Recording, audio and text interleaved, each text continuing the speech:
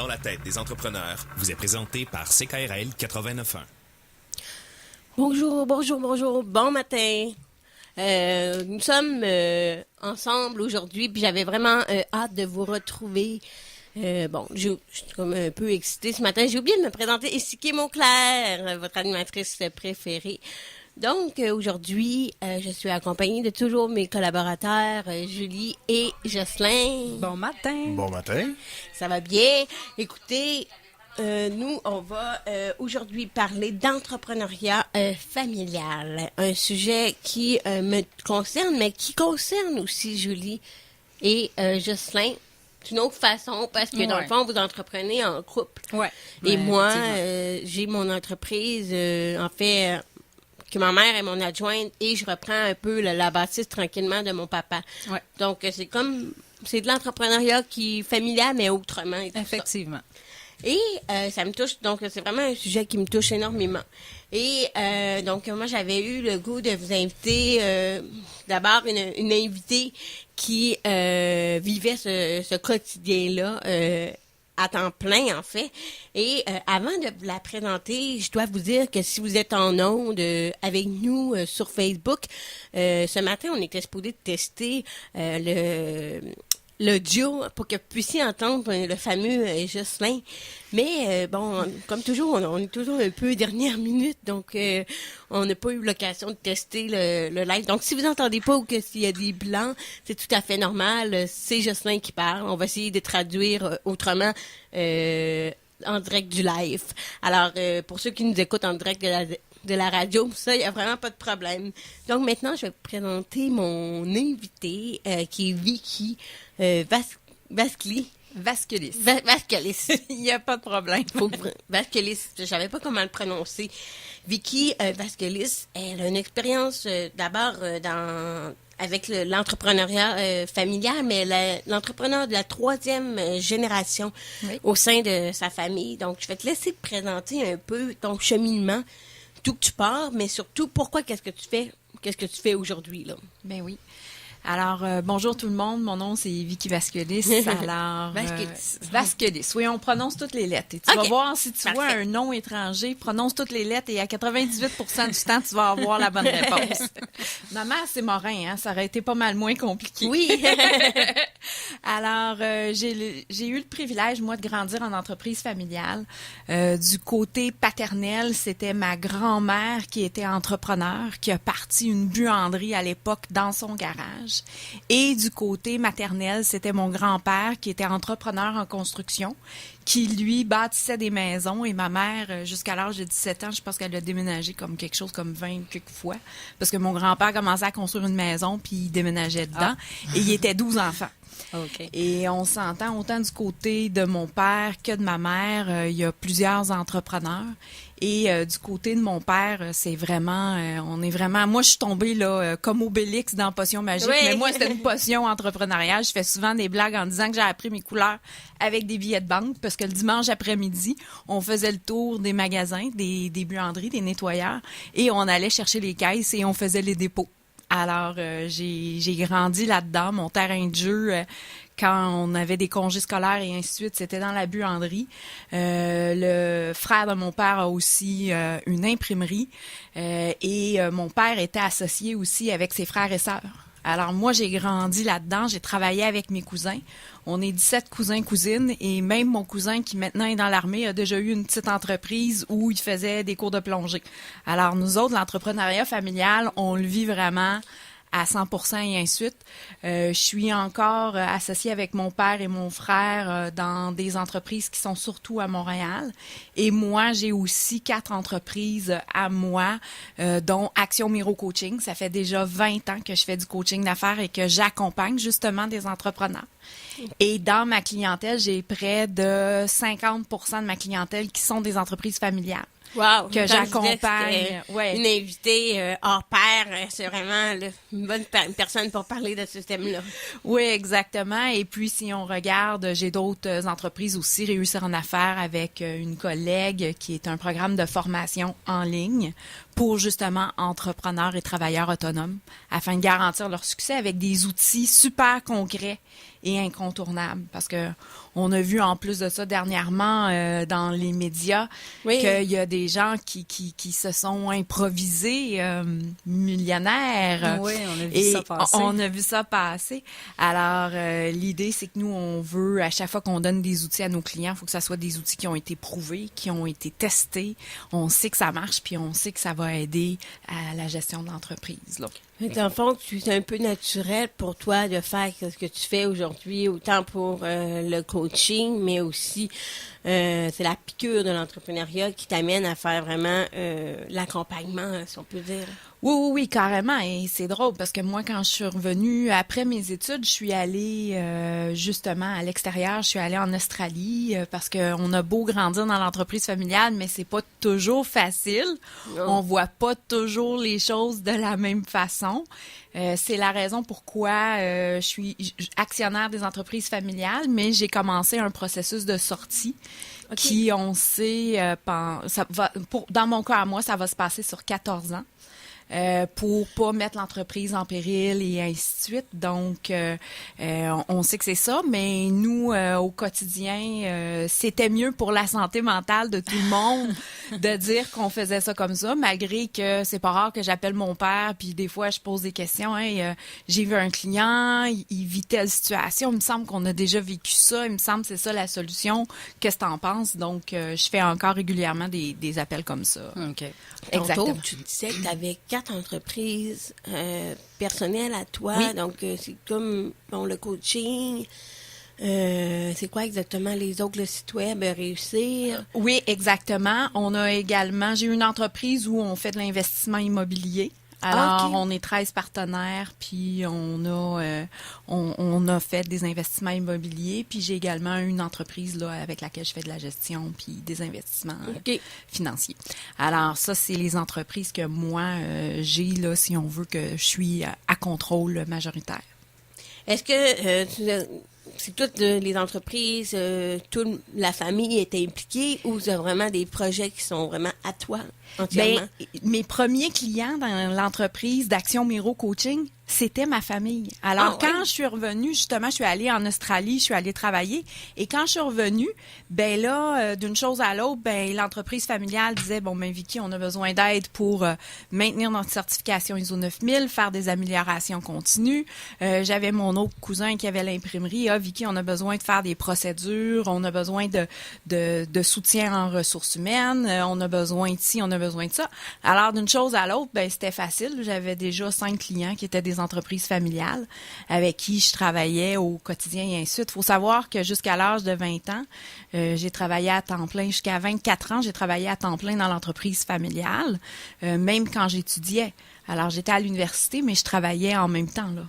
Alors, donc, l'expérience s'est acquise à la base avec les entreprises de ta famille. Oui, c'était dans la buanderie, dans l'imprimerie et ainsi de suite. Et ce qui était absolument génial, moi, j'étais en ingénierie industrielle à l'université. Alors, dès que j'apprenais quelque chose en génie, ben j'avais un terrain de jeu parfait pour pouvoir l'appliquer.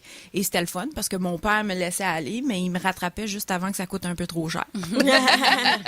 Parce qu'il faut savoir qu'en entreprise familiale, on s'entend que les ressources sont souvent tiré au maximum et ainsi de suite. Et alors, j'ai appris à la bonne école. Êtes-vous du genre à investir dans chaque membre de la famille investit de l'argent dans chacune des entreprises ou vous êtes vraiment de façon complètement autonome? On est tous de façon autonome, mais on a été, comme je disais, jusqu'à l'âge de 25 ans, moi, je partageais mon bureau avec mon oncle et avec mon cousin, là. Alors, on a vécu ça là à tous les jours là pendant plusieurs années et ainsi de suite. Mais mon oncle, même après qu'il se soit séparé, parce que en 1998 environ, mon oncle et mon père se sont séparés, les entreprises et ainsi de suite, mais ils ont quand même continué à travailler ensemble et ainsi de suite. Là. Un était client de l'autre et ainsi de suite. Là. Entre autres, on a eu un événement où on a eu des dommages de feu et ainsi de suite. Ben c'est l'autre entreprise familiale qui faisait du nettoyage après sinistre qui est venue chez nous puis qui a fait ça puis qui a travaillé avec nous. Quand même. Ouais, exactement. Alors c'est très tricoté serré là. C'est ça, puis est-ce que j'avais comme une question en tête, puis elle s'est s'est évaporée. évaporée. Bon, on va continuer pareil, donc on va revenir tantôt. Oui, je voulais savoir la confiance, dans le fond, le lien est quand même assez fort. Mais oui, Mais le lien c'est serré. le lien il est très fort parce que quand tu te lances en affaires, ben c'est le fun de dire ben j'ai les conseils de mes cousins, même si c'est mes clients, ben ils peuvent aussi me donner des conseils et ainsi de suite. La même chose avec mon père, mon frère et ainsi de suite. Mon frère a été mon meilleur représentant pendant les premières années que je me suis lancée en affaires. Il faut savoir que c'est très drôle parce que j'avais peur de me vendre à l'époque, là. Et puis c'est mon frère qui me vendait des contrats et ainsi de suite, et même le représentant de l'entreprise familiale, de la buanderie, qui m'amenait des contrats, là. Alors, c'est intrinsèquement lié, là. Ma question est revenue dans ma tête. Oui. Donc, c'est les couples. Parce que dans le fond, je pensais à Julie puis à Jocelyn. D'autres, est-ce que les conjoints sont-ils impliqués aussi dans l'entreprise familiale ou comment qu'ils vivent ça, eux autres? Ben, il y a plusieurs défis par rapport aux conjoints dans les entreprises familiales. Dans un premier temps, s'ils travaillent ensemble, parce que si on regarde mes cousins, eux autres, leurs femmes travaillent avec eux autres dans l'imprimerie. OK. Si on regarde, mon frère, à un moment donné, son ex-conjointe a travaillé avec lui pendant une certaine partie de temps et ainsi de suite. Mais il y a des gens qui sont faits pour travailler ensemble. Puis il y a des gens qui sont pas faits pour travailler ensemble. Alors, c'est important d'être capable de reconnaître ces limites-là et ainsi de suite. Puis le plus grand défi, que ça s'aille en famille ou en couple, et c'est ce que je vois chez beaucoup de mes clients qui sont en entreprise familiale, c'est qu'entre autres, il n'y a pas de limite entre l'entreprise et la vie familiale. Tout devient business. Alors, le soir, à la table, en entour du souper, souvent, ben, il va y avoir une bulle. « Hey, t'as-tu fait ça? » Mais est-ce que tu conseilles de faire un peu, justement, d'établir une limite? Parce que, tu sais, j'imaginais tantôt comme dans vos parties familiales, parties de Noël, tout ça. Est-ce que, tu sais, vous travaillez tous ensemble? Est-ce qu'à un moment donné, on se dit, bon, mais là, à soir, on parle pas business, là, tu sais? Oui, puis il y a des tantôt où le naturel, chasser le naturel et il reviendra au galop. Puis, c'est un plaisir aussi de parler d'entrepreneuriat. Fait que quand mon cousin me parle de sa business, puis on est en train de souper ensemble au party de Noël, puis que je vois qu'il a grandi, puis qu'il a fait ci, mais moi, ça me donne des idées, puis c'est le fun, tu sais, puis c'est un contexte qui est bien différent. Même chose, tu sais, dans certains contextes, mais quand c'est à tous les jours puis que c'est répétitif et ainsi de suite, moi, ce que je suggère à mes clients, c'est de mettre en place, entre autres, un conseil familial ou un conseil, si on veut... C'est quoi un conseil familial? Le conseil familial, c'est que si on est en entreprise ensemble et ainsi de suite, c'est que souvent... On va prendre les besoins de l'entreprise puis on va mélanger aussi les besoins de la famille dans l'entreprise. Alors, ce que je suggère de faire, c'est qu'on fasse un conseil familial, c'est-à-dire que on se rencontre de façon périodique et ainsi de suite, et on fait un volet où on dit, OK, c'est quoi les préoccupations familiales qu'on a? Est-ce qu'on est en train de perdre notre relation?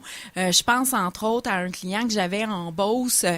C'était une entreprise, il y avait 2 parents qui ont vendu, que les enfants ont racheté, entre autres, les parts du frère du père. OK? Est-ce que c'est clair? Ouais. OK. On a le père. C'est pas clair, vous avez juste à le dire en ondes. Exactement. Alors, on a le père et son frère sont en affaires, et là, les enfants du monsieur ont racheté les parts de l'oncle qui a quitté, si on veut. Et là, à un moment donné, les 2 enfants sont associés, le père et la mère sont dans l'entreprise, mais à un moment donné, tout est axé vers l'entreprise familiale, le fait qu'il y a des défis financiers et ainsi de suite. Mais là, la mère, elle continue dans l'entreprise de dire, mais là, faut pas que tu travailles trop parce que tu vois pas tes enfants puis tu vois pas tes petits-enfants. Puis là, la mère a dit à la jeune fille qui a appris, entre autres, qu'elle était enceinte, ben là, faut pas que tu sois actionnaire, là, tu vas avoir trop de choses à faire et ainsi de suite. Donc, on mélange les intérêts familiaux des intérêts de l'entreprise. Quand on est dans l'entreprise, ben là, faut qu'on mette un chapeau. Je suis président, je suis directeur des opérations, je suis directrice de la boulangerie ou ainsi de suite. Mais quand on est dans l'entreprise, dans le conseil familial, mais là, on parle des défis familiaux qui sont occasionnés par l'entreprise. Fait qu'en séparant les 2 choses, ben ça nous donne un espace pour parler des enjeux familiaux qui sont dans l'entreprise, mais dans un contexte familial. Puis après ça, on gère l'entreprise comme si c'était n'importe quelle autre entreprise. Effectivement. Je dirais que c'est le plus grand défi Mm-hmm. parce que les gens, la clôture est pas vraiment très... on va dire que c'est dur de la délimiter, là, comme Exactement. on dit. Tu sais, comme moi puis Jocelyn, on a chacun notre compagnie de notre côté, mais en plus, Oui. on a nos locaux en face à gérer tous les deux. Puis moi, quand on arrive à la maison le soir, j'essaie le plus possible de mettre ça de côté un peu. Tu sais, oui, on peut en parler un petit peu, mais des fois, c'est un peu difficile, mais je trouve ça marche important. pas tout le temps. Ah, ouais, ça marche pas tout le temps, effectivement. Mais je trouve ça particulièrement important, autant pour notre santé mentale. Tout simplement, d'arrêter de parler de job, peu importe qui on est dans la vie. Je pense qu'à un moment donné, quand tu arrives à la maison, tu as tes enfants, c'est ça, faut mettre ça de côté, que ce soit familial ou pas à la base. Mais là, c'est sûr que nous, on est ensemble, donc l'opportunité est encore plus présente d'en discuter. oui, en effet. Mais c'est difficile à faire, mais je pense que c'est vraiment important de se mettre une limite. Ouais. Oui, c'est de se mettre une limite parce que j'imagine qu'avec tes parents, c'est facile aussi quand tu arrives à la maison, surtout si tu as été à l'extérieur. Hey, as-tu fait telle chose? As-tu fait telle chose? Donc, c'est qu'on redevient... avec ma mère parce que on s'envoie peut-être 50 courriels par semaine, mais non. C'est peut-être minimum 50 courriels, il y en a beaucoup plus par semaine. Mais moi, on dirait que c'est en ligne. Mais OK. Tout ce qui est travail, ma mère, elle doit... Si elle a quelque chose à amener avec le travail, tu m'envoies un courriel. OK. Fait que quand je la vois en personne, ben on dirait que c'est là que ça devient comme la limite. Si je veux changer, on va en parler avec ma mère, mais je vais parler avec ma mère, avec elle sur place, puis tout ça, mais en personne, là, on dirait que je préfère pas qu'elle me parle trop de travail, il faut que ça se passe par courriel, les réflexions. Fait que c'est là qu'elle va à la limite. Avec mon père, j'ai plus de facilité un peu parce qu'il était impliqué d'une autre façon, mais ma mère est vraiment impliquée à fond. Donc, c'est pas toujours évident, là. Comme tu dis. C'est pas toujours évident. Et encore, il y a aussi des avantages à être en affaires avec notre famille, Oui. avec notre conjoint et ainsi de suite. On a déjà une complicité, on a déjà un niveau de confiance qui est très élevé envers la personne. On a déjà... On connaît notre attitude, notre personnalité. Exactement. Donc, ça devient beaucoup plus facile de savoir. Et en même temps, c'est aussi là le défi parce qu'on sait exactement sur quel bouton on peut peser pour faire déclencher la réaction quand on veut la faire déclencher. Et souvent, le grand défi, c'est que oui, ça, c'est un avantage indéniable, mais le défi, c'est de savoir aussi c'est quoi les limites. Parce que souvent, ce que je vois en entreprise familiale, c'est que les gens vont se permettre des commentaires que jamais ils n'oseraient dire à un employé. Non, effectivement. Donc ça, cette barrière-là aussi, ça, c'est quelque chose que je travaille beaucoup en coaching familial quand je travaille avec des entrepreneurs. Puis je dis toujours, OK, avant de faire ton intervention, pose-toi la question, comment tu dirais ça si c'était telle autre personne qui est dans l'entreprise? Oui. Alors, comment ça se passerait si tu le disais à quelqu'un d'autre? Est-ce que tu vas le dire de la même façon à ta mère? Donc, prépare-toi comme si tu le disais à quelqu'un d'autre pour le dire à ta mère. Il y a un sentiment qui est important, mais je te l'ai partagé aussi, Vicky, avant que tu arrives en studio. Beaucoup d'entrepreneurs moi, ça a été long avant que j'assume que je faisais de l'entrepreneuriat familial. Pourquoi? Parce que c'est les reproches qu'on a autour de nous. Ah, mais c'est facile de travailler avec ta mère. C'est facile parce que toi, c'est ton père d'autres commentaires. Si tu continues l'entreprise de ton père ou que c'est facile, c'est parce que tu n'as pas démarré. Exactement. C'est tellement gratuit comme mais ça commentaire, reste je trouve. qu'on est sur le terrain. Puis moi, j'avais eu ces remarques-là très tôt aussi. Puis, j'avais peur. Pas peur, mais le jugement qu'on en faisait, ça m'a marqué. Puis, ça a été long, vraiment, avant que je l'assume. Puis, je l'avais jamais mis en avant-plan, le côté familial. Sauf que depuis que j'ai mon espace de coworking à Beauport, j'ai pas le choix parce que t'arrives là-bas, puis c'est mon père qui descend en bas faire ses petites grimaces dans la fenêtre ou dire salut à mes clients. Puis moi, j'essaie on a une image, une image entre parenthèses pas à respecter, mais À dégager. à dégager. Donc, j'ai peur, tu sais, des fois, c'est comme un peu la peur du jugement. Ah ben là, dans la fenêtre, le monsieur, là, c'est ton père, finalement, puis tout ça, mais c'est fou comment que ça m'a libéré, le fait juste d'être dans l'espace de coworking, j'ai pu me séparer de ce sentiment-là, de me rapprocher de mon père, d'être encore plus moi-même. Parce que les gens le savent maintenant que j'ai un esprit familial très développé. Mais ça a été long avant que je l'assume. Puis je pense qu'il y a beaucoup d'entrepreneurs qui sont dans la même situation aussi, là. Oui, puis si on prend juste, entre autres, les entrepreneurs en construction. C'est très drôle, hein? Mais dans les entrepreneurs en construction, c'est qui souvent qui fait la comptabilité? C'est qui fait toute la paperasse et ainsi de suite? C'est souvent la femme qui est à la maison ou qui va donner un coup de main les soirs, les fins de semaine et ainsi de suite. Et c'est pas comme considéré comme une entreprise familiale, mais pourtant, ça en est une. J'en ai plusieurs clients. Pardon, je suis en comptabilité. Puis j'ai plusieurs clients qui sont en construction. Puis souvent, le conjoint l'entrepreneur va me texter ou va m'appeler pour me dire, ma conjointe va venir te porter les papiers. Oui. Ça sera pas long. Donc, effectivement, je vois ça souvent aussi. Exactement. Donc, on s'entend qu'il y a beaucoup d'entreprises familiales. Puis au Québec, on est dans un environnement comme ça où il y a beaucoup d'entreprises familiales. J'ai pas regardé les dernières statistiques. Les dernières statistiques que j'ai en tête, c'est qu'il y avait près de 45% des entreprises au Québec qui étaient à base familiale ou conjointe là. Puis, j'ai une petite question comme ça. Quand on dit familial, bon, supposons comme moi, si mon père avait été, mettons, comptable, CPA, moi, maintenant, je suis en comptabilité, mais nos entreprises se touchent pas. On a juste décidé de faire le même métier. Oui. Ça rentre pas dans le familial ou ça rentre dedans? Il faut absolument qu'on travaille dans la même compagnie pour que ce soit familial, je suppose? Idéalement, c'est que pour la définition de l'entrepreneuriat familial, c'est justement qu'on travaille ensemble, qu'on lègue une entreprise. Ou que... Pas nécessairement qu'on lègue une entreprise, parce que ça peut être qu'on démarre une nouvelle entreprise ensemble. J'ai vu, moi, des duos père-fils, entre autres, partir des nouvelles entreprises, entre autres des entrepôts... voyons, comment on appelle ça, un entrepôt là où les gens peuvent aller mettre leurs trucs, des entrepôts temporaires là. Entrepôt de storage. Oui, exactement. Exactement. Donc, j'ai vu des pères-fils partir ça, mais au départ, ils étaient dans la même entreprise de construction. Et ça, c'est une entreprise. C'est mon premier client que j'ai. Ça fait 20 ans que je les accompagne. J'ai commencé le coaching. Je faisais du coaching avec le père au début. Et maintenant, je coach les deux fils qui ont repris l'entreprise avec brio. Et ils ont parti plein d'entreprises différentes et ainsi de suite. Donc, oui, c'est qu'il y a des intérêts qui sont communs. Donc, quand on commence à dire j'ai des actions où on travaille ensemble en tant qu'employé dans l'entreprise éventuellement pour la reprendre, ben là, il y a des intérêts qui sont communs, là. Donc, c'est ce que je veux dire par entrepreneuriat familial. Ils connaissent beaucoup aussi les forces, les faiblesses de chaque individu et tout ça. Oui, exactement.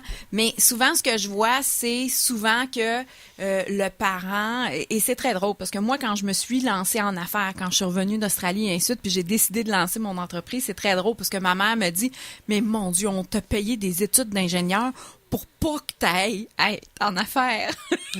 Parce que pour ma mère voulait pas que je sois entrepreneur, puis elle me dit, mais voyons donc, pourquoi tu vas trop travailler, c'est quoi cette affaire-là? Va te trouver une job au gouvernement, ça va être bien moins compliqué et ainsi de suite. Mais pour moi, la liberté, j'avais toujours compris que c'était d'être entrepreneur. À partir de là, tu partais. Et souvent, les mamans, c'est ce que je constate régulièrement, c'est que souvent, les mamans dans les entreprises familiales vont souvent essayer de couver leurs enfants, ils travaillent trop et ainsi de suite. Je pense entre autres à une autre entreprise de service qui faisait de la réparation d'équipements de cuisine et ainsi de suite à Montréal. Mais c'est la mère qui m'a appelée et qui a fait que le coaching a eu lieu parce que la mère a dit, mais mon Dieu, mon fils, il travaille ben trop, puis là, ça n'a pas de sens, il voit pas ses enfants et ainsi de suite. Fait que c'est la mère qui m'a appelée pour faire du coaching, pour être capable de structurer l'entreprise et ainsi de suite, pour être capable de faire les choses. Fait que des fois, les mamans, ils vont dépasser un peu les choses. Oui, ils connaissent les forces, mais ils vont aussi parfois mélanger les deux rôles. Les émotions sont très présentes. Oui. Donc, il y a beaucoup d'entreprises que tu dois rencontrer aussi qui ont de la misère à gérer les émotions en tant que telles. Donc, de porter le bon chapeau, là. Oui, et je dirais que c'est 50-50. J'ai 50% des entrepreneurs familiales qui, pour eux, c'est très simple, ça coule d'emblée, puis c'est facile. Il va y avoir, bien sûr, des événements, on va dire, ponctuels et aléatoires une fois de temps en temps.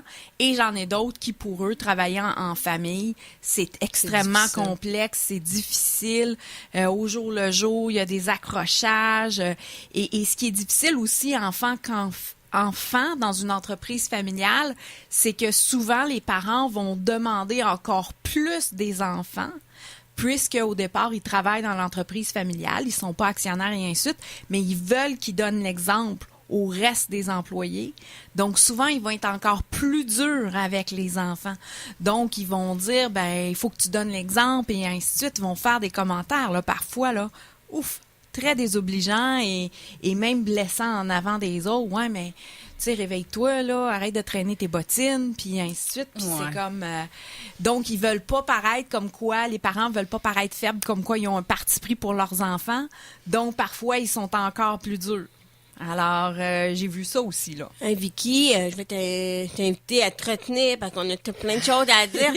On va revenir dans quelques instants. À tout le monde qui sont en onde, on vous invite de rester à l'écoute. On va continuer le sujet dans quelques instants. Merci. CKRL 89.1. À la librairie Pantoute, les livres sont testés sur des libraires. Ce mois-ci, Laura, de la succursale du Vieux-Québec, vous propose Chenou de Véronique Grenier. Avec une plume simple, vraie, imagée et poignante, Véronique Grenier nous livre le récit d'un quotidien douloureux et beau à la fois.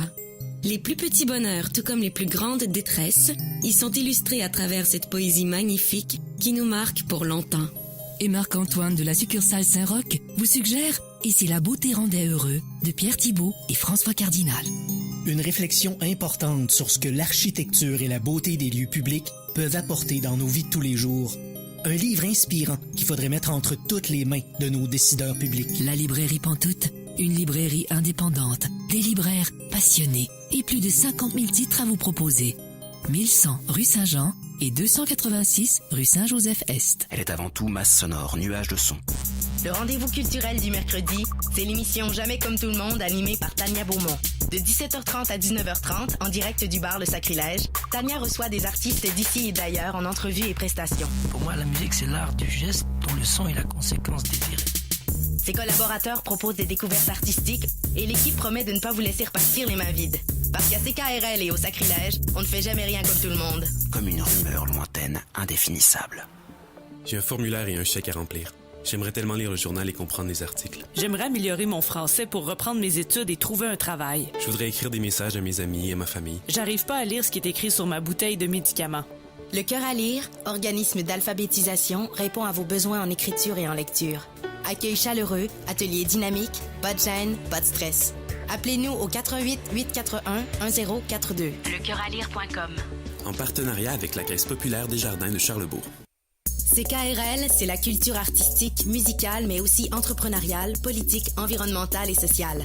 Par sa mission et son engagement, notre station ouvre ses ondes à des centaines d'organismes ou entreprises communautaires et culturelles. CKRL, première station radiophonique communautaire de la francophonie. Ils ont choisi d'appuyer CKRL. Harmonie Montmorency, Festival de la baie des francophones de Québec, production Bonne Maison, Épilepsie, Section Québec et La Rotonde. Maintenant, c'est à notre tour de les encourager.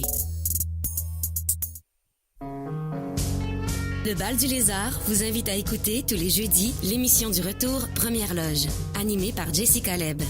Pour tout savoir de l'actualité culturelle de Québec et sa région. Musique, danse, théâtre et art de vivre, la création d'ici qu'on met à l'honneur. Cette émission vous est présentée par le Bal du Lézard, partenaire légendaire du 89.1. Consultez la programmation des spectacles sur lebaldulézard.com.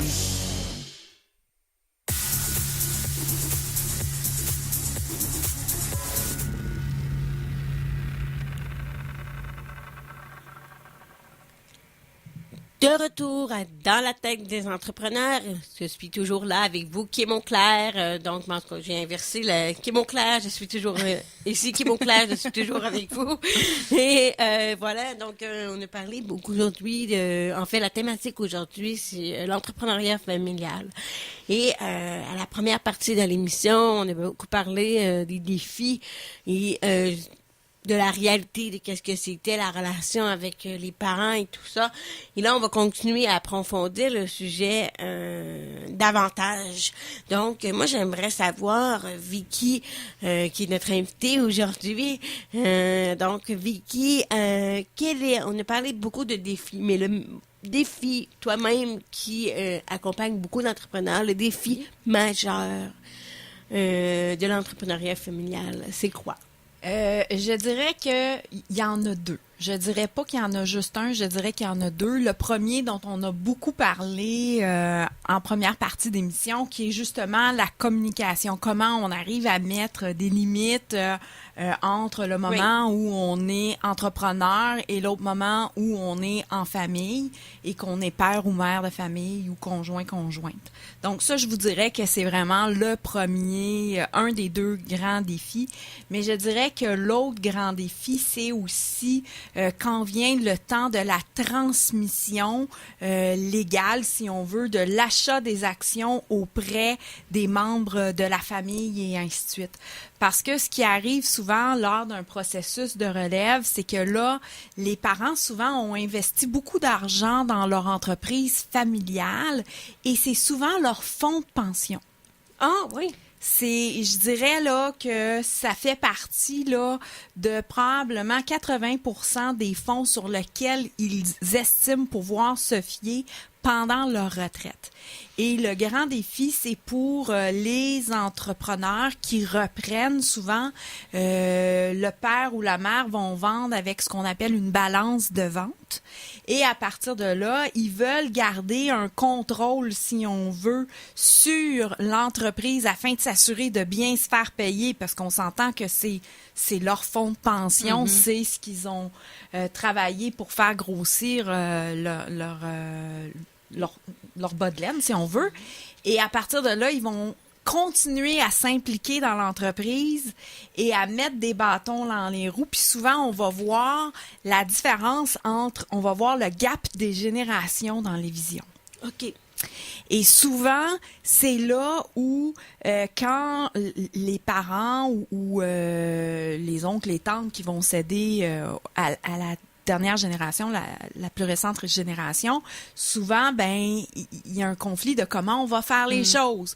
Ouais, mais t'as pas besoin d'investir sur les réseaux sociaux, exemple. Ça, c'est une crise que j'ai vécue pas plus tard que juste avant Noël. T'as pas besoin d'investir là-dessus. Oui, mais c'est ça maintenant, la publicité, puis ainsi de suite. Ouais, mais nous autres, on faisait pas ça de même, puis ainsi de suite. Puis là, tu vas investir 10 000 $, puis ça, tu pourrais me le donner à la place, puis me payer, puis ainsi de suite. Puis j'ai même vu que dans certains, il y avait des contrats qui permettait aux parents d'avoir carrément un droit de veto et de reprendre le contrôle de l'entreprise. Okay. Et de défaire certaines choses que les enfants avaient fait, comme acheter des succursales ou des choses comme ça. Puis oui, ça c'est ce qui va permettre la longévité à long terme de l'entreprise. Puis oui, ça fait qu'il y a un peu moins de cash flow pour être capable de payer, si on veut, les parents qui quittent.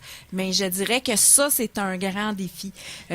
Heureusement, de plus en plus, les banques sont de plus en plus conscientes de ça et on est capable d'hypothéquer quand même de plus en plus là, les actifs pour être capable de faire ça, mais c'est quand même difficile. Puis surtout dans des entreprises de services là, où on n'a pas nécessairement beaucoup d'actifs et ainsi de suite, quand il y a un transfert comme ça, c'est beaucoup plus difficile. Ce gap de génération-là, on le voit, mais on le voit pas juste une fois que la transaction est amorcée, on le voit souvent avant.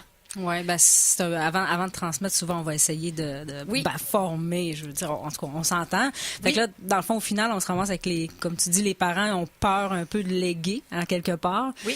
Puis, l'enfant, lui, il est pas tout à fait libre, il peut se sentir coincé de temps en temps. Donc là, on a un tourbillon, est-ce que ça va avancer ou ça met des bâtons, justement, là? Exactement. Les deux ne sont pas, ils regardent pas en avant, finalement, là. Ben, et c'est pas juste que les gens regardent pas en avant, mais c'est juste qu'il y en a un qui regarde en avant et ce qu'il voit, c'est la sécurité, le besoin de sécurité. Donc, le parent, lui, va avoir la sécurité d'avoir son argent puis de s'assurer que l'entreprise va être encore là et ainsi de suite. Tandis que le jeune, malgré que des fois, là, l'âge, ça n'a pas nécessairement, ils sont pas nécessairement jeunes, là, ils ont peut-être 40, 50 ans, ben, c'est que la dernière génération, eux autres voient la croissance, veulent se démarquer, veulent se dépasser en tant qu'entrepreneur. Ils veulent mettre ça un petit peu à leurs mains aussi, parce qu'en tant pas juste que tel... un petit peu. Ouais, ben, ça dépend des gens, mais je veux dire, en tant que tel, quand on reprend la compagnie, c'est pas pour faire nécessairement exactement la même chose que les parents ont fait. Exactement. Donc, je réalise aussi la pression qu'il doit avoir, comme tu disais tantôt, si les parents investissent leur fonds de pension, tout ça, puis tantôt on a parlé aussi, toutes les décisions qui prennent, les décisions importantes, il y a tout un sentiment de pression dans l'ensemble des décisions qu'ils doivent prendre. Je sais pas si ma question est claire, mais oui, ça augmente le niveau de pression parce que, comme je dis, les objectifs ne sont pas les mêmes. Donc, l'objectif, puis quand je dis le fonds de pension, c'est que souvent, les entrepreneurs ont mis de l'argent de côté, ils ont des REER et des choses comme ça. Oui. Mais la valeur la plus importante qu'ils détiennent, c'est encore leur entreprise. Donc, quand on regarde leur bilan, ben moi, j'en ai là des entrepreneurs qui estiment être capables de vendre leur entreprise puis d'avoir minimum 1 million là, de leur entreprise pour être capables de vivre, puis ils ont peut-être 300-400 000 dans leur REER. Tu sais, c'est pas nécessairement ça qu'il va faire.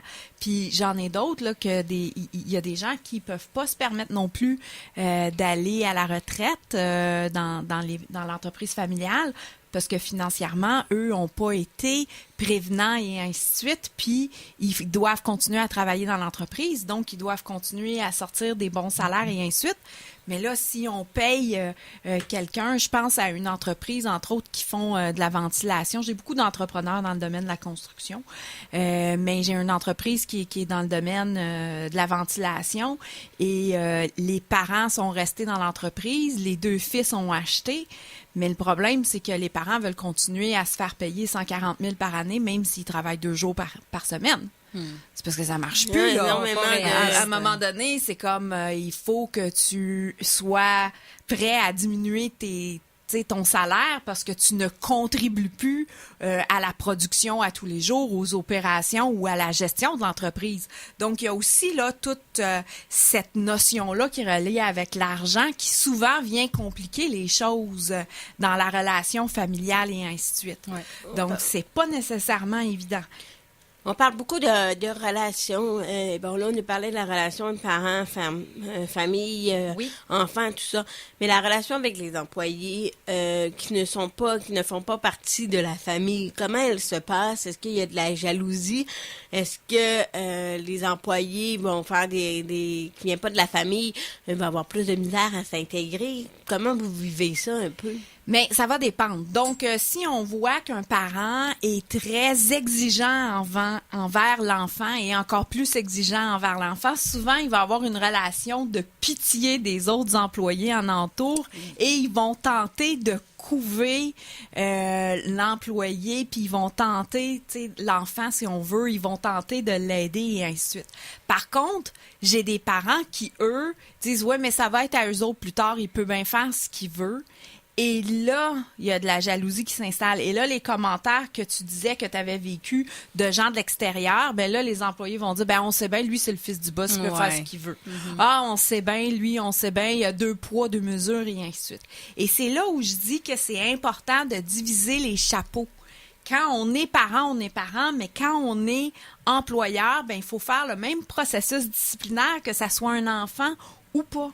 Il faut également être capable de dire les vraies choses. Et c'est là le défi aussi du parent, parce que le parent va souvent se retenir parce qu'il veut pas briser la relation parent-enfant ou conjoint-conjointe. Puis là, ils oseront pas dire exactement qu'est-ce qu'il y en est, mais regarde, quand tu as tel comportement dans l'entreprise, ben c'est nuisible au reste de l'entreprise puis aux employés qui sont en entour de toi. Oui. Donc, on a autant de situations qu'on a de types d'entrepreneuriat familial. Mais souvent, ça, c'est quelque chose que je vois. Mais surtout, je veux revenir un petit peu là sur mais on sait bien ton père ou ta mère est passée en avant de toi. Moi, on disait on sait bien, toi, tes grands-parents sont passés en avant de toi et ainsi de suite. Puis c'est pas vrai que nous, on travaille moins fort puis qu'on travaille, tu sais, aussi fort. Non, on travaille.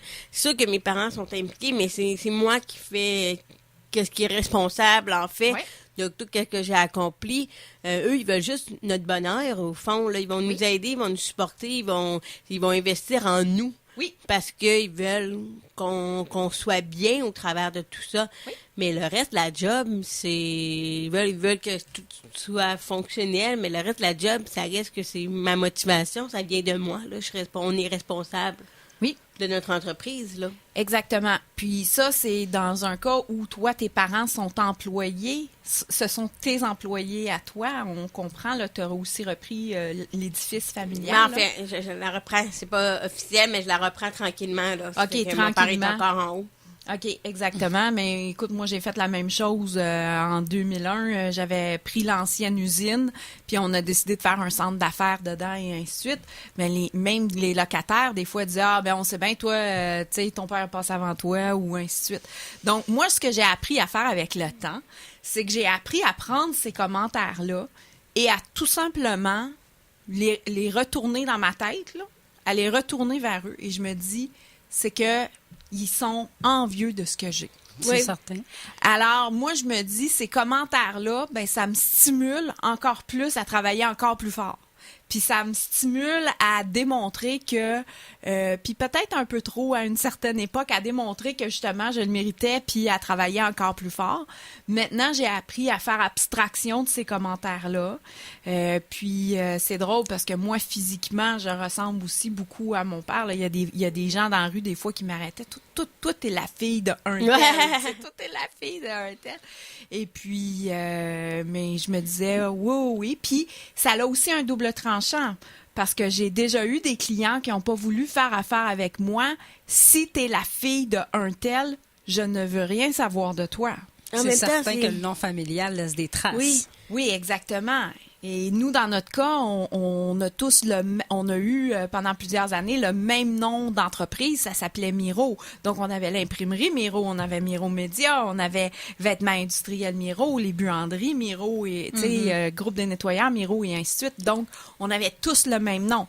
Donc, on s'entendait que quand il y en avait un qui, parfois, faisait peut-être un mauvais coup, moi, j'ai peut-être pu faire des mauvais coups qui ont peut-être pu nuire aussi sans le savoir à ma famille. Ben, on nuit à toutes les autres entreprises. Oui, et encore, ben c'était un avantage. Moi, quand je me suis lancée en affaires, un autre Miro, c'est pas grave, on trouve un compte. Un autre Miro, c'est pas grave, on trouve un compte. Donc, ça a été facile d'aller chercher du crédit auprès des fournisseurs. Ça a été facile de faire ces choses-là. Donc, ça a aussi un avantage. Donc, c'est certain. Et c'est ça, le défi de l'entrepreneuriat familial, c'est qu'il n'y a pas juste des bons côtés, puis il n'y a pas juste des mauvais côtés. Il y a un ensemble des deux, comme dans toute situation. Voilà, là. On apprend à gérer la compagnie avec ça. Oui, exactement. Qu'est-ce qui est beau au travers de tout ça, c'est que on en a pas beaucoup parlé dans les dernières émissions, c'est que c'est des valeurs qui l'entrepreneur familial, c'est une valeur qui est énorme. C'est la famille, c'est une valeur qui attire aussi des gens. Oui, qui comme nous, je le réalisais récemment avec mon espoir de coworking, ça attire des gens qui sont chaleureux, plus familiales, ils ont des enfants, sont même une nouvelle personne que Louis récemment, c'est sa nièce qui travaille avec elle. Ouais. C'est venu nous chercher tout de suite. Ouais. Donc, on attire un peu des gens ou des clients qui sont comme nous puis comprennent cette réalité-là. Oui. Donc, c'est pas une question que non, c'est plus facile parce que c'est ton père ou c'est ta mère. Tout le monde, moi, je pense que tout le monde peut bien s'entourer des mêmes personnes. C'est sûr que, bon, ça aide, mais en même temps, comme on disait, le reste du travail, c'est nous en tant que tel. Là. Oui, exactement. Et on a parlé beaucoup de communication avec la famille, de comment un peu éviter les conflits ou de comment améliorer, mettre une certaine limite. qu'est-ce qu'on pourrait dire à propos de comment qu'on peut améliorer? Dans le fond, toi, en tant que coach, est-ce que tu as un autre coach pour t'aider à vivre différentes réalités où tu te coaches toi-même puis tu parles à toi-même? Ben, faut savoir que moi, j'ai plusieurs coachs. Ah oui? Oui. Moi, j'ai plusieurs coachs et j'ai aussi encore mon père comme mentor. J'ai également d'autres gens d'affaires que j'ai eu le privilège de côtoyer quand j'étais une des coachs à l'école d'entrepreneurship de Beauce. J'ai d'autres gens que je rencontre puis que je vois aussi là qui m'aident là dans mon parcours entrepreneurial. Et aussi, c'est que moi, j'ai une communauté de coachs. Donc, avec moi, il y a plusieurs coachs qui travaillent dans Action Miro. Donc, souvent, quand j'ai besoin de me faire challenger, ben des fois, les coachs avec qui je travaille, ben ils vont me challenger et ainsi de suite. Moi, je vais les challenger à leur tour. Puis, je dirais aussi que je fais partie de groupes Mastermind. Oui. Donc, je fais partie de 2 groupes Mastermind différents qui me challengent sur des choses bien différentes. Il y en a que c'est plus marketing, la structure de l'entreprise, qu'est-ce qui fait qu'on passe à l'action. Tu disais que vous étiez une équipe de mentors, mais êtes-vous chacun un peu spécialisé dans un domaine particulier de l'entreprise? Il faut savoir que les coachs qui travaillent chez Action Miro Coaching, ce sont tous des coachs qui ont eu des entreprises et qui ont déjà vécu c'est quoi être entrepreneur et ainsi de suite. C'est important que les gens l'aient vécu en tant que les gens l'aient vécu en tant que... Ça fait toute la différence. Ça fait toute la différence. Donc, ça, c'est important. Et on a aussi une spécialité, si on veut. Tout le monde a débuté ou une partie ou le parcours au complet fait en programmation neurolinguistique, c'est-à-dire c'est l'approche pour être capable d'identifier les croyances et l'identité des gens et ainsi de suite, qui souvent vont les bloquer dans l'atteinte de leurs objectifs et ainsi de suite. Donc, on a plus, moi dans mon cas, j'ai plus de 1000 heures de formation en programmation neurolinguistique et pour être coach. Donc, je me suis pas improvisée coach dans la vie, je suis allée suivre une formation. Moi, j'étais ingénieure, puis j'étais entrepreneur. Fait que je suis allée suivre une formation pour devenir coach. Et puis, tous les coachs qui travaillent chez nous ont également cette approche-là parce que souvent, on a beau mettre des systèmes en place, mais si il y a des petites croyances puis qui bloquent le tout, on a beau mettre tout ce qu'on veut, mais si on s'adresse pas à l'humain qu'on met dans le système... ça donne pas grand-chose. Effectivement. Il faut apprendre à cerner les personnes avec qui tu fais affaire. Oui, puis pas juste les cerner, mais comment les aider à passer par-dessus leur peur, les aider à passer par-dessus un blocage et ainsi de suite, parce que sinon, on reste au même endroit. Certain. Puis, dans le fond, quand on parle aussi de le rôle, est-ce que le rôle les rôles que tu as eus dans les entreprises, on en a parlé un peu vaguement dans la première partie de l'émission, est-ce qu'ils ont été donnés ou que tu les as vraiment souhaités? Je te dirais les deux. Tu sais, quand on était enfant, là, moi, j'ai commencé à travailler dans les entreprises familiales l'été, là, j'avais 12 ans, là. Fait que moi, je partais puis j'allais travailler. À l'âge de 15 ans, c'est moi qui faisais au complet toute la facturation pour la location. À l'âge de 15 ans, c'est moi qui prenais l'autobus et qui partais, puis j'allais tous les samedis matins, puis c'est moi qui allais imprimer toutes les factures pour les routes de livraison de tous les chauffeurs pour toute la semaine, là. Fait que moi, j'ai fait ça, là. J'ai aimé ça. Puis en plus de ça, moi, j'étais peut-être un enfant, peut-être un petit peu hyperactif qu'on devait un petit peu stimuler. Donc, moi, je faisais aussi des inventaires, je faisais des choses comme ça. Puis moi, j'ai toujours aimé ça qu'on me donne des responsabilités, puis qu'on faire des choses comme ça. Fait que moi, j'ai toujours aimé ça. Donc, j'en ai demandé, j'en ai redemandé, mais à un moment donné, c'était bon, ben toi, t'es allé à l'université, puis t'as appris comment les ordinateurs marchent, ben c'est toi qui s'en occupe. Mm-hmm. OK. Après ça, il faut que tu embrasses le projet et ainsi de suite. Puis, il y en a des enfants dans votre famille qui sont juste pas embarqués dans tout ça? Oui, on en a qui n'ont pas embarqué dans tout ça. Là, si on prend, tu sais, je te disais que j'ai un cousin qui est parti, qui est dans l'armée et ainsi de suite. Mais oui, il y en a qui n'ont pas embarqué dans les entreprises familiales. Puis ça a été un défi à un moment donné et c'est la raison, entre autres, pourquoi mon oncle et mon père se sont séparés. Mais ça s'est super bien passé parce que c'était planifié à l'avance. La valeur de l'entreprise était fixée à toutes les années. OK, si jamais on se sépare, voici comment on fait. Puis à toutes toutes les années, ça, c'est quelque chose que je recommande à tous mes clients, qu'ils soient en entreprise familiale ou pas. Donc, à toutes les années, on fixe la valeur de l'entreprise. Donc, si jamais pour une raison ou une autre, on a besoin de se séparer, ben à partir de là, on n'aura pas besoin de se chicaner sur ces choses-là. Puis ça, que tu disais que c'était la stratégie de sortie. Oui, la stratégie. Oui, différentes? mais c'est une stratégie de. Moi, j'appelle ça la stratégie préventive. Okay. Donc, si un jour, pour une raison ou une autre, on s'entend pas puis on a besoin de sortir de l'entreprise, ou si demain matin, par grand malheur, on va toucher du bois, pas que ça arrive à personne, mais tu te fais frapper par un autobus, puis faut que je rachète tes parts et ainsi de suite, puis que je donne ça à ta... Voyons, à ta succession et ainsi de suite. Donc, l'idée, c'est de fixer une fois par année la valeur de l'entreprise, les mécanismes de paiement, comment on fait pour s'entendre et ainsi de suite. Et mon père et mon oncle avaient toujours fait ça à chaque année. Puis un jour, à un moment donné, ils voyaient plus les choses de la même façon. Entre autres, comment ils intégraient les enfants dans l'entreprise et comment on donnait les tâches et ainsi de suite. Et puis moi, j'ai choisi là, de ne pas travailler avec eux au quotidien dans l'entreprise. Moi, j'ai choisi d'être à l'externe et d'aider de l'externe. OK? Donc, moi, c'est un choix que j'ai fait parce que, comme je disais, travailler au quotidien avec eux, c'était pas bon pour notre santé mentale. Non. C'était surtout pas bon pour nos poumons puis pour nos pauvres voisins qui nous entendaient chicaner. Donc, on a choisi de faire ça. Puis, à un moment donné, quand mon père et mon oncle ont vu qu'ils voyaient les choses moins bien, tu sais, moins de la même façon et ainsi de suite, ben ils se sont séparés puis ça s'est super bien passé. Puis, j'en ai vu, là, des séparations qui vont très, très bien, mais j'en ai vu d'autres, par exemple, là, où c'est le bordel, puis que c'est vraiment la bataille, puis c'est... Écoute, moi, j'ai déjà vu un frère, là, pendant que l'autre était parti en convention à l'extérieur, tout changer les clés, tout changer les serrures, tout changer les affaires et ainsi de suite, puis envoyer une lettre d'avocat. Ça brise une famille. Ça peut briser une famille. Alors, des choses comme ça, j'en ai vu. Puis souvent, en tant que coach, parce que faut savoir que la particularité chez Action Miro Coaching, quand on fait du coaching, on se positionne toujours du côté de l'entreprise.